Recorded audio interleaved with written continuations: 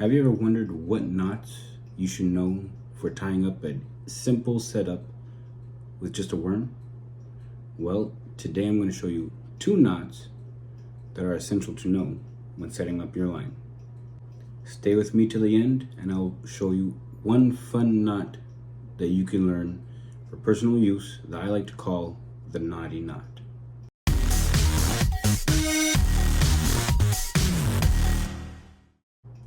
Now the first knot that I'm going to be showing you is called the clinch knot. I already made a short about it, but I'm going to show you with this rope right here. So maybe it's easier to see how it's done, right? So let's say this is your sinker, all right? You want to take your tag end at the tip of your line, loop it right through like this, all right?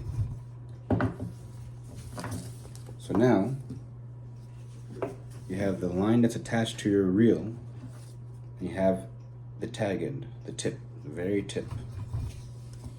All right? Now what you want to do is you want to take the tag end and wrap it. If it's a thick line, 4 to 5 times. If it's a thin line, 5 to 7 times would be best. 7 times would be best. And now, since you wrapped it around, the eye that you created right here, I'm going to pass the tag end right through it like this.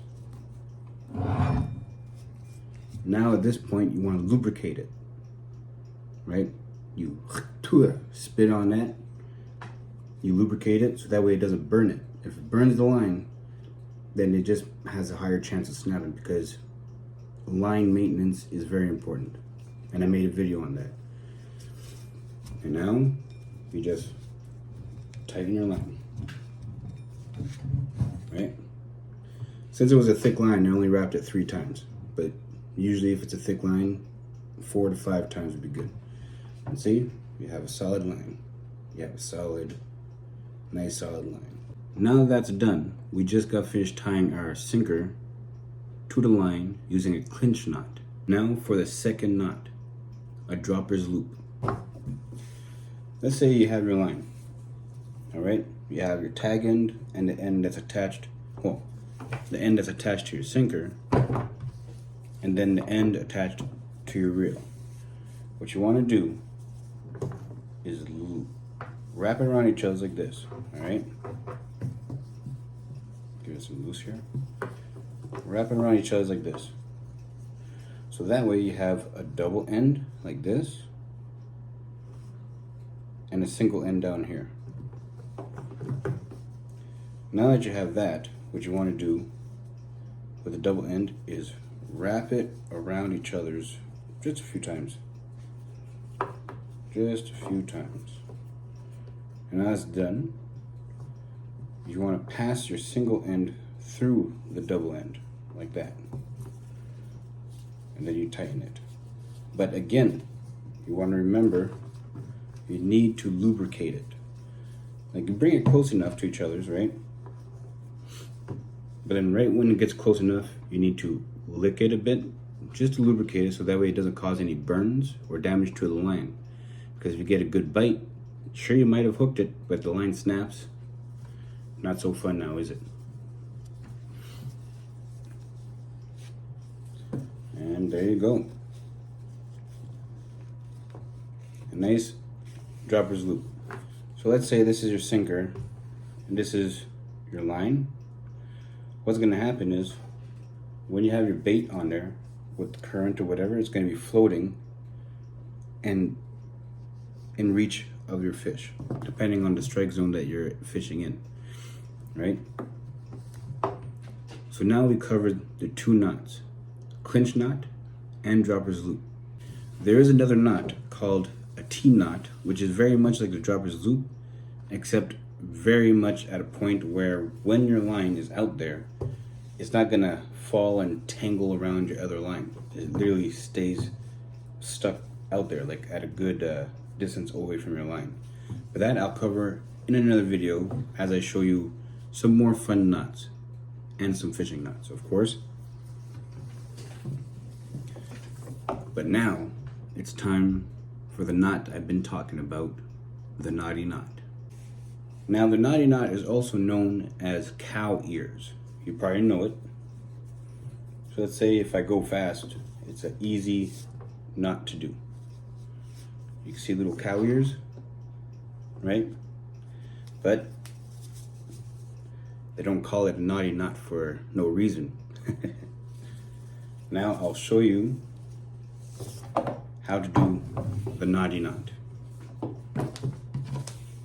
Take one end and the other, just like this. What you're gonna do, one end turns inside, the other end turns on the outside, like so, right? And now that the ends are tied, are wrapped around each other like this, it's gonna pass. See, now it looks like a pretzel. So now the end that's in front compared to the end that's in the back, the one that's in front goes in back, and the one in back goes in front. So now you're like this. You have your cow ears. Now let's do it one more time, just so you guys can really get it. Take one end and the other end, twist it like this, right? The one in front, this line here that's in front, will go in back, just like this. Now that's in back, like this. With this hand, you can grab this right here, and with this hand, you can grab this one right here, and you just pull it like this. And here's your cow ears, your bow tie, or just simply your knotty knot. So I hope this video helped you understand a bit of how to tie a dropper's loop or clinch knot, and I hope you guys have fun with that knot that I just taught you. Cow ears, we'll just say from now on. But if you do enjoy these knots, please like and share to your friends if you think that they would find this knot very useful, and keep watching it over and over again. Practice it, because if you can do one fast like this, you're all set to go. Either your kids aren't listening, or you know what I'm trying to say. So if you enjoyed this video, leave a comment below, let me know what you thought of it, and if you have any knots that you want me to cover in next videos, I'd be glad to hear it. And if you want me to call you out in any of my videos, leave a comment next to your question. I accept. Now, this is Brandon. You're watching Fishing Made Simple. Happy fishing, and catch you later.